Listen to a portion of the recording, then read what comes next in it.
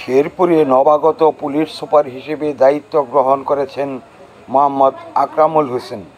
দেখুন ANB channel বাংলায় M শাহজাহানের প্রতিবেদন।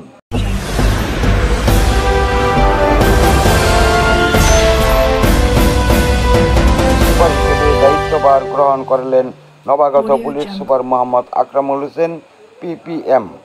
3 এপ্রিল শুক্রবার নবাগত পুলিশ সুপার দায়িত্বভার গ্রহণের পূর্বে পুলিশ সুপারের কার্যালয়ে উপস্থিত হলে জেলা পুলিশের পক্ষ থেকে উষ্ণ অভ্যর্থনা ও ফুলেল শুভেচ্ছা জানানো হয়েছে।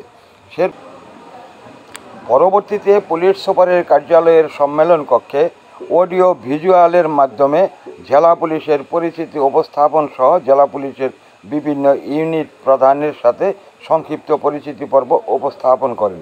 এ সময় অতিরিক্ত পুলিশ সুপার সদর সার্কেল মোহাম্মদ সাইদুর রহমান, সহকারী police super Nalitabari circle Mohammad Dedarul Islam, সহকারী police super SM Abu Sayeed Hiron সহ জেলা পুলিশের ঊর্ধ্বতন কর্মকর্তাগণ উপস্থিত ছিলেন।